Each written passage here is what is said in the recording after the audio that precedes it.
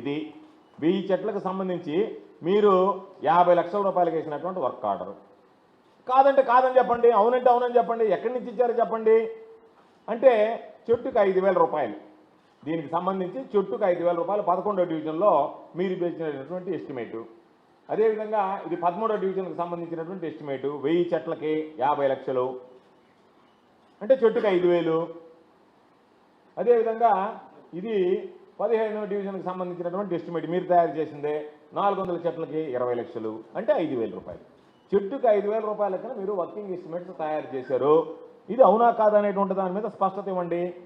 ఆ తర్వాత ఏం చేశారు, మెయింటెనెన్స్కి సంబంధించి ఇదిగో ఒకటి 14వ డివిజన్కి సంబంధించి ఇక్కడ ఉన్నటువంటి 1800 చెట్లకి 1,24,00,000 రూపాయలు మీరు మెయింటెనెన్స్కి ఎస్టిమేట్ తయారు చేశారు. అంటే ఎంత అయింది, దాదాపుగా 6,888 రూపాయలు. అంటే మీరు చెప్పేటువంటి దాని ప్రకారం ఒక మొక్క నాటితే 11,888 రూపాయలు, దాదాపుగా 12,000 రూపాయలు మీరు ఖర్చు పెడుతున్నారు.